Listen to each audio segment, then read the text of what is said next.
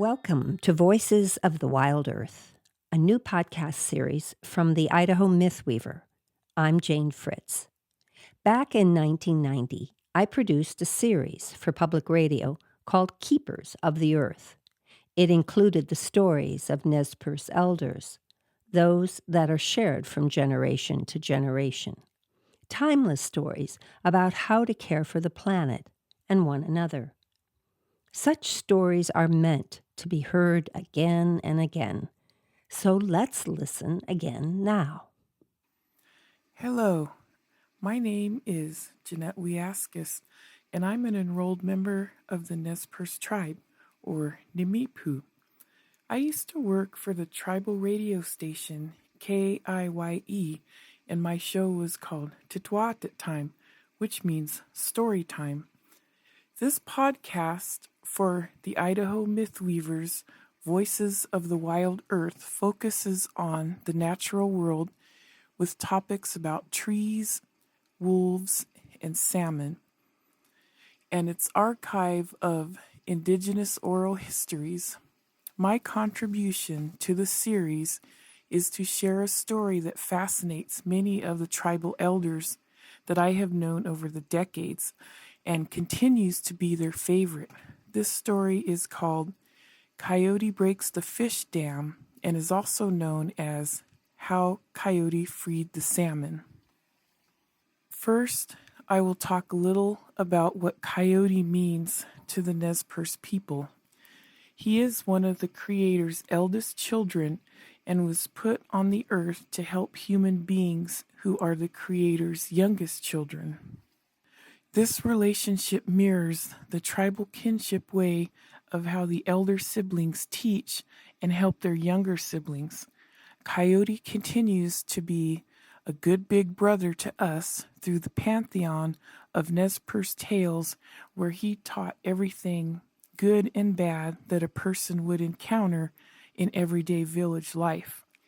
Coyote has also made the world safe for human beings by ridding the land of dangerous monsters and kept people alive by creating all kinds of foods to eat. As the eldest of Creator's children, Coyote was taught by the great maker of us all and passes this knowledge down so that humans can live their best life. And now we will take a look at what teachings from Coyote are held dear by the most knowledgeable of tribal elders. Coyote Breaks the Fish Dam is a story about caring for your neighbors. It takes place at Celilo Falls, where Coyote finds that 5 sisters have lived there since ancient times and dam the falls to trap all the fish. Not only are the fish unable to go upriver to spawn, but all the people and animals who live along the rivers cannot have any fish to eat.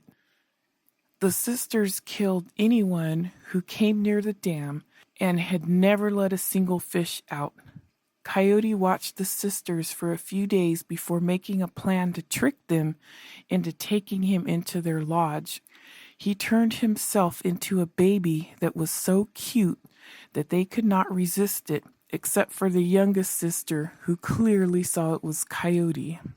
She warned the older sisters, but they dismissed her, saying she was wrong about the baby.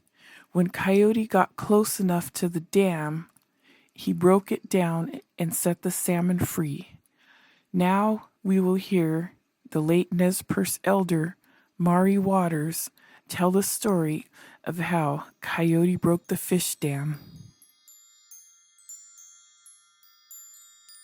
Once Coyote was walking along on a hot day. He was going upriver and he said, "Oh, let me cool myself in the water." And he swam down the swift river. After a while he came ashore and mosquitoes just swarmed all over him. So he named the place by saying, "This will be Mosquito Place." He swam down the river a little further, then got out again.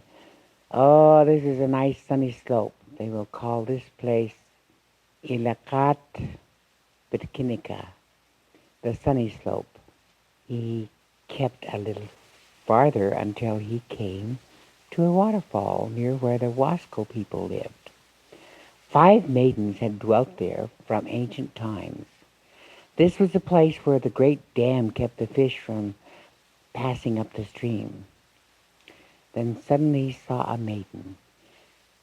Quickly he went back upstream a ways and said, "Let me look like a little baby, floating down the river on a raft in a flathead-type baby board, all laced up." And so it became. As Coyote was drifting down, he cried, "Wah! Wah! Wah!" And the maidens, hearing this, quickly swam over, thinking that a baby might be drowning. The eldest maiden caught it first, and she said, "Oh, what a cute baby." But the youngest maiden said, "This is no baby. That is Coyote." And the others answered, "Stop saying that. You will hurt the baby's feeling." The Coyote put up his bottom lip as if he were about to cry. The maidens took the baby home and cared for it and fed it. And he grew very fast. And when he was crawling around one day, he spilled some water on purpose. "Oh, Mother," he said, "will you get me some more water?" And the youngest sisters, "Why don't you make him go and get it himself? The river is nearby." So the maidens told Coyote to get the water himself. He began to crawl toward the river, but when he got out of sight, he jumped up and began to run. The oldest sister turned around and said, "He is out of sight already. He certainly can move fast." "That's because he is Coyote," the youngest said. When Coyote reached the river, he swam to the fish dam and tore it down, pulling out the stones so that all the water rushed free. Then he crawled up on the rocks and shouted gleefully, "Mother, your fish dam has broken down." And the sisters ran down and saw that it was true. The youngest maiden just said, "I told you he was a coyote."